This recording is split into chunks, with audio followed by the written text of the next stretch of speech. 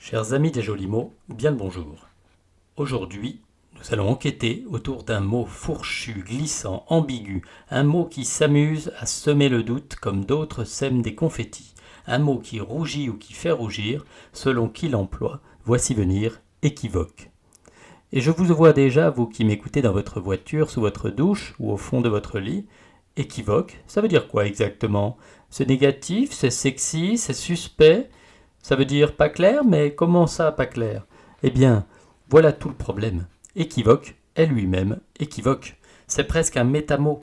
Il se dérobe, il fait le malin, le bougre. Mais d'abord, vous commencez à connaître le rituel, l'étymologie, mais friand de subtilité lexicale. Équivoque provient du latin equivocus, formé de equus, qui veut dire égal, et vox, la voix. Autrement dit, qui peut avoir plusieurs voix, donc plusieurs sens, plusieurs lectures. Un mot qui parle double, triple, quadruple, une véritable hydre sémantique. En français médiéval, équivoquer, c'était utiliser un terme à double sens. Parfois pour jouer, parfois pour tromper, parfois pour séduire, parfois pour éviter de dire trop crûment ce qu'on pense réellement. Une sorte de sous-entendu très volontaire. L'équivoque, c'est le domaine par excellence de la suggestion, du « je dis ça, je dis rien », du « vous avez compris ce que j'ai voulu dire ». Autrement dit, le paradis des esprits mal tournés. Oui, je parle de vous là, hein, mais maintenant, allez, je vous taquine. Passons donc à la définition moderne, avant que vous ne partiez trop vite du mauvais côté. Un propos équivoque est ambigu, susceptible d'être interprété de plusieurs manières, souvent avec une nuance, disons, délicieusement douteuse. Ce n'est pas ouvertement graveleux, non, c'est pire, ça laisse deviner, ça laisse croire, ça ouvre une porte, mais c'est vous qui choisissez de la franchir ou pas. Exemple. Sa remarque était franchement équivoque, on ne savait pas s'il faisait un compliment ou une invitation.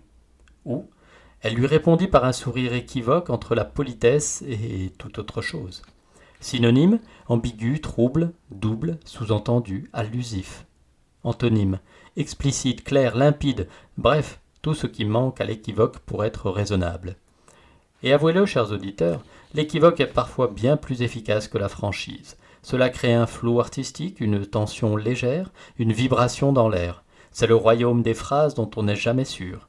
Était-ce une provocation, un flirt, une pique, un compliment, un test, une erreur, un lapsus, ou un savant mélange de tout ça?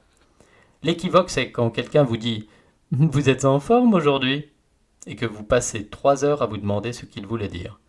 C'est aussi le sourire qui peut vouloir dire « salut » ou plutôt « à ce soir ». C'est l'intonation qui glisse juste un peu trop. C'est la phrase qui flotte comme une bulle de savon aérienne et lubricielle, puis qui explose dans votre imagination. Alors, la question du jour. Avez-vous déjà prononcé quelque chose d'équivoque, volontairement, involontairement, ou pire, volontairement, mais en faisant semblant que c'était involontaire? Vous me suivez? Tant mieux, parce que moi je ne me suis plus. Enfin bref, quant à moi, je file avant que mes explications ne deviennent elles-mêmes équivoques, ce qui, entre nous, serait un bel hommage aux mots. À très vite pour un nouveau joli mot du jour, alors, salut!